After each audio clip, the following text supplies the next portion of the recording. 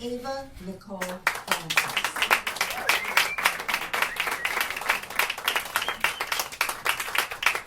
Thank you so much. How are y'all doing tonight? Amazing. So happy to be here. Thanks for having me, Goldie.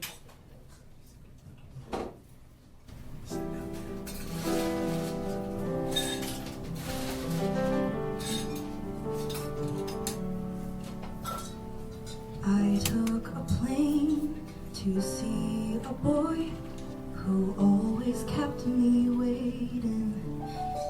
He'd take me out, show me around, but he was masquerading as someone he carefully formed, 21 years in the making.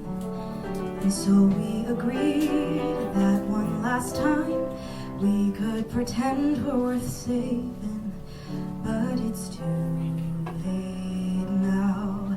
I figured out that the last time you saw me, I was a crumpled up mess on the floor, begging for more, and you were still sitting up in that little old bar patio.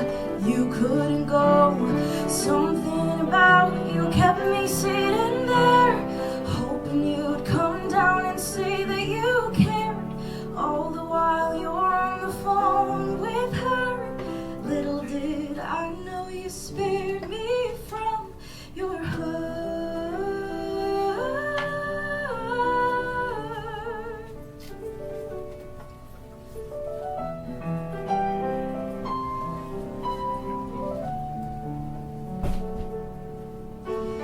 I guess I could say I wish you the best.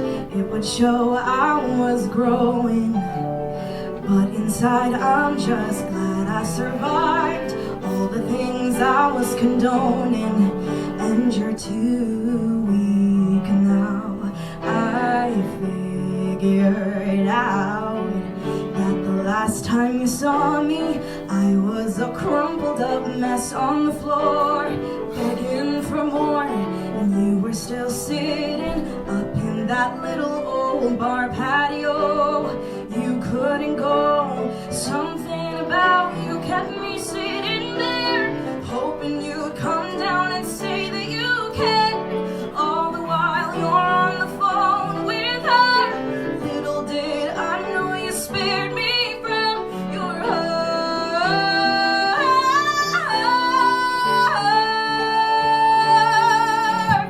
I hate to tell you the truth, but I will. She was the last in a kiss, Mary kill. And all the songs that you're writing for her, does she know that you played those for me first?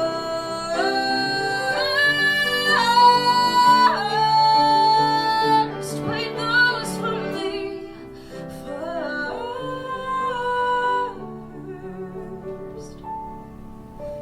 The last time you saw me, I was a crumpled up mess on the floor, begging for more, and you were still sitting up in that little old bar patio. You couldn't go. Something about you kept me sitting there, hoping you'd come down and say that you cared. All the while you're on the phone with her. I hope for her sake you'll spare her from your hurt.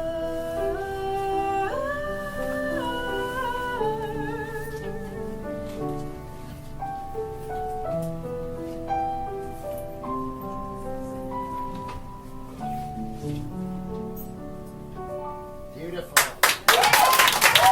Thank you so much. Thank you so much. Hey girl. You know, we all talk about the American Songbook, and the American Songbook didn't stop in 1960. I'm glad to say that the American Songbook continues to live and be a breathing, living thing, a growing thing. And songs like your song, which is so current and of today, definitely belongs to be part of the American Songbook. Oh, thank you so much. So my question for you You're a young woman. Is this your first time up for a MAC Award? It is. It's my first nomination. Is this the first time? Is this the first time you've submitted one of your songs? This is the first original song I ever released, actually. Woo! So, thank you. Excellent. Tell us a little bit about how this song came to be. It sounds so very personal. Very, yes.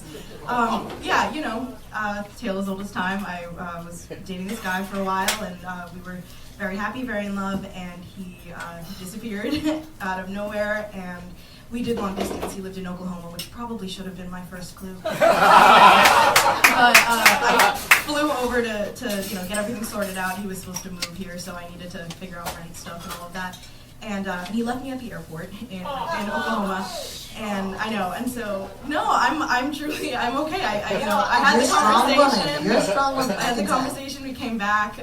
You know, wrote the song, never looked back, and yeah, I mean, I'm grateful for it because it's led me.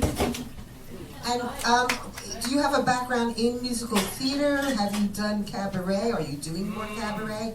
Yes. Yeah. Oh, thank you. Yeah, for sure. Yes, so I've been singing my whole life. I was a musical theater kid from the start, and I've been doing cabaret professionally since I was 10. I started with my dad. Now I am solo. If you liked what you hear, I have a show May 16th at the Green Room 42 at 7 p.m. It's super, super fun. This song will be featured along with another original. But, you know, more to come on that later. But yeah, I've been doing this for almost 11 years now. I'm 21. So. Okay, so 21. So one more thing. As I looked on your Facebook page, I saw several pictures of you from a little tot dressed up in your cabaret diva outfit, but several with Miss Liza Minnelli. Yes. So what is your connection with Liza? Oh my God, well, first of all, who doesn't love her? I grew up, so I have two dads, so I grew up, you know, with her framed all over the house. And one of my dads is a costume designer, and just for me though, it's just our little thing. And you know, he has known her for years. He used to go to all of her shows and, you know, stage door afterwards and try and talk to her. So they kind of developed their own little friendship, camaraderie, and then one year I was 7, and the Halloween costume for that year was the Money costume from Cabaret that my dad had made, and we dressed me up in that, and she had a concert in San Francisco, and we went to that, and I was like in the 3rd row or something, like her biggest fan. And she saw me, and she had Billy Stritch pick me up from the audience, put me on her lap, and she sang "Have Yourself a Merry Little Christmas" to me.